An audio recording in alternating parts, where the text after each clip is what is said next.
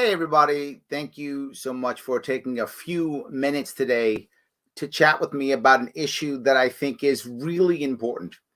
I know if you watch TV or if you're online, all you see is how important this election is tomorrow, right? I'm doing this November 2nd. So tomorrow is the number one. It's so important. It's so critical. The election is critical. Everything is so important.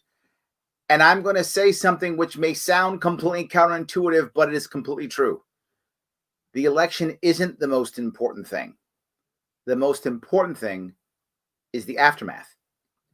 Because no matter who wins the election tomorrow, whether it's Trump or Biden or whatever it is, we still have to move forward as a nation. You still have to pay your bills. You still have to get your kids to school. You still have to move your life forward. You still have to have relationships. You still have to have a career. All these things still have to happen regardless of who wins. But there's something even more important.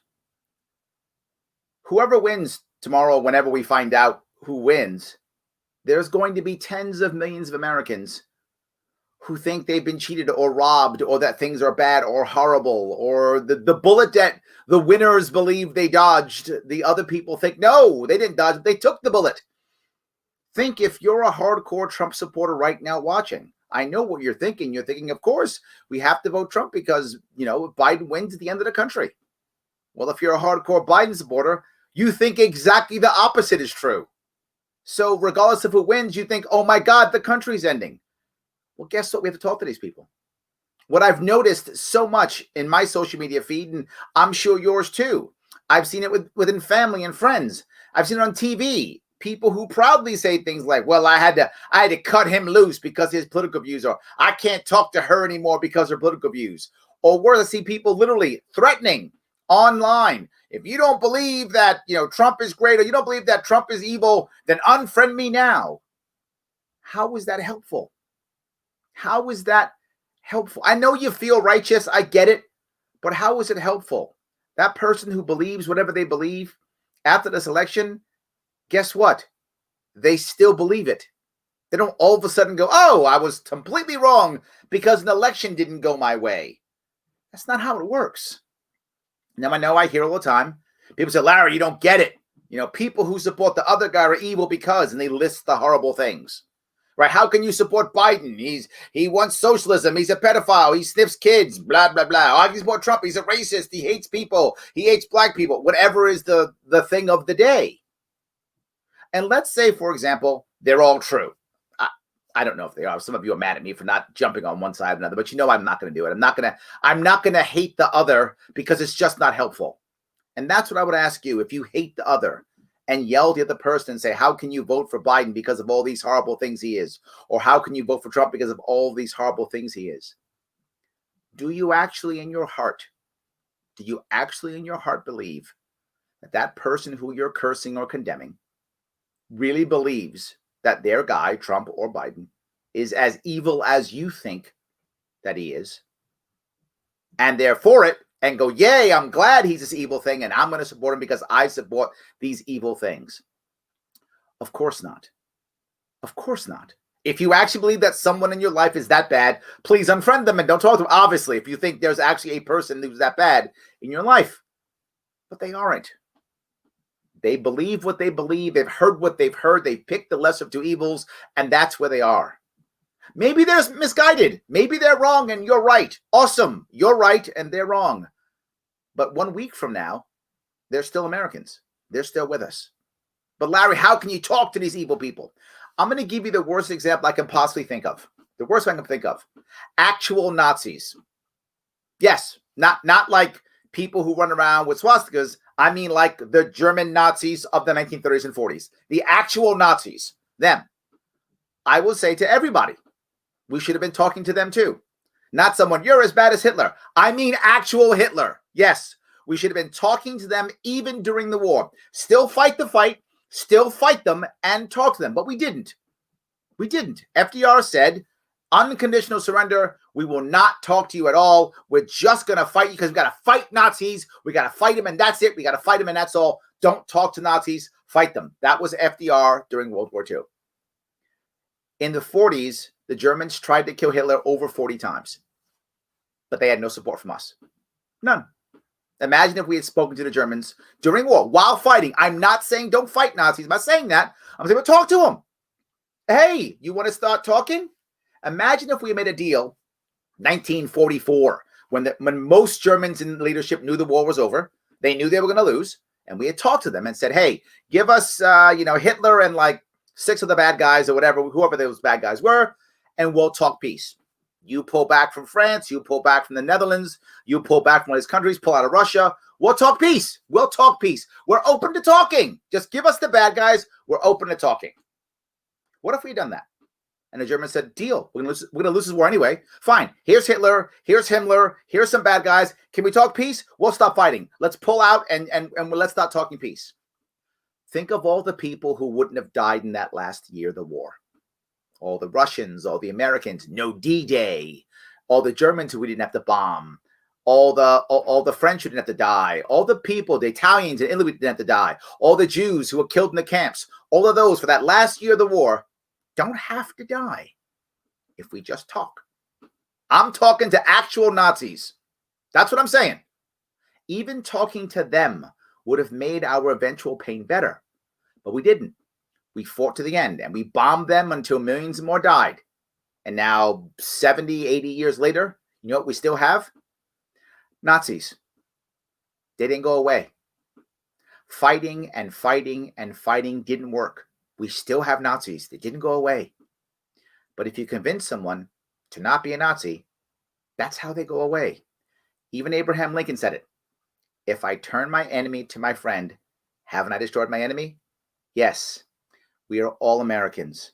I know this sounds crazy, but I want you to start thinking, are you the person who is saying, I can't talk to him because he voted for Trump, or I can't talk to him because he voted for Biden? Or are you the person who's saying, well, I just had to let people go because they believe something I don't believe? Are you the person who's saying, well, if you don't support who I support, unfriend me now? Are you that person? You can't control everybody. I can't either. I'm asking you, if you're listening to this, if you're watching me, if you actually care about our country more than an individual, more than just the victory now, please open your heart, open your mind to listening to the other side. You don't have to agree with them. It's all about respect. Respect that the person who thinks exactly the opposite of you isn't because they're evil. It's because they don't hear what you hear or see what you see or fear what you fear. Maybe that's why they think differently, which means if you talk to them, if you have a conversation, you might start thinking more on the same. You might start having the same goals. Because for those of you who think I'm crazy and, oh, you got to stop this guy, stop that guy. Bush gave us Obama. Obama gave us Trump. What do you think Trump's going to get us? Whether that's in 4 years or 8 years, whatever it might be. If Trump wins, it'll be in 8 years. If he loses, it'll be in 4. And then what's Biden going to get us if it's Biden? If Biden wins tomorrow, what's Biden going to get us? It's not like this is, rocket science, guys. It's not. It's not rocket science. This is going to happen again and again and again. We can change it, though, if we stop dividing ourselves. And if you've noticed, they're not helping because it's not in their best interest for us to be together. They go out of their way to divide us, so they don't have to actually fix anything. They can just keep us afraid. And some of you libertarians, you're mad at me all the time when I go, oh, you make people afraid. Well, Larry, shouldn't they be afraid? Every single bad thing that libertarians hate came from afraid Americans. Everyone. War on drugs, war on poverty, war on terror, all those things, Patriot Act, they all came from afraid Americans. So you can get mad at me and go, Larry, you're so worried about making them afraid. Yes, because my life gets crappy when people become afraid. They make bad decisions. I'd like to stop that. I'm tired of beating my head against the wall. Yeah, I would like that. And I don't want to keep swapping.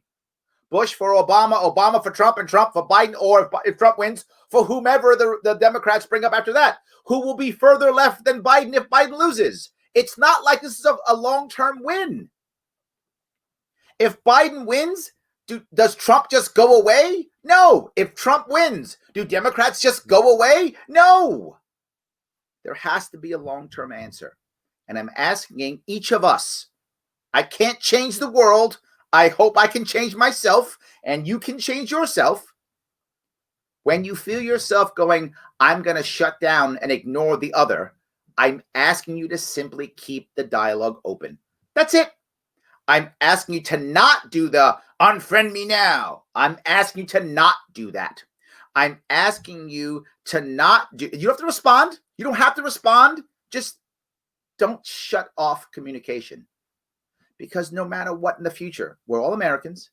We're going to need each other again. That I'm sure of. And if we don't have this conversation, we're never going to change. It's only going to get worse. I'm promising you that I will not shut off. And you've seen me. I'm not going to shut off. If whether Biden wins or Trump wins, I'm going to still keep my ears open. There are people all over my social media screaming Biden 2020. I voted for Joe Jorgensen. Everyone knows that. And I still got people on my page yelling and screaming Trump 2020, Biden 2020. A vote for Joe's a vote for Biden. A vote for Joe's a vote for Trump. I keep hearing that. And I'm not cutting anybody out. Because if I can't get you to talk to me this year, maybe next year, or the year after, or the year after that. But eventually we have to talk. We have to. We're Americans. We have to talk. So I'm asking you, if you're watching, to please don't be the person who shuts down. Please don't be the person who's, I'm not talking to them or they're evil. I'm asking you to look at the other American who's out there voting a way that you disagree, that you think is horribly wrong, even if you think it's terribly wrong. The end of the world if you believe that. Okay? To simply think that that person isn't actually evil. That person may just be wrong or misunderstood or thinks differently than you or has heard different things than you. Accept that that person may be different, not evil, and accept that if you talk to that person with respect and just think about them as a human being who thinks differently than you, then maybe you can have a conversation. That maybe not now, maybe next week, next month, next year. I'll say it again. Bush got us Obama. Obama got us Trump. What's Trump going to get us? Rinse, repeat, or we talk to each other. If you like Obama, you're unhappy with Trump.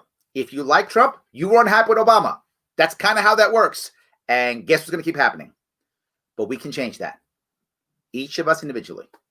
I promise you that I will. That's a promise. I hope you will do the same. I hope you will take the chance to do the right thing, to have conversations with Americans and not shut off and not unfriend and not dismiss, and instead look at each American with the idea of let me try to respect them and believe they're different and have those conversations. Thank you for paying any attention to me whatsoever.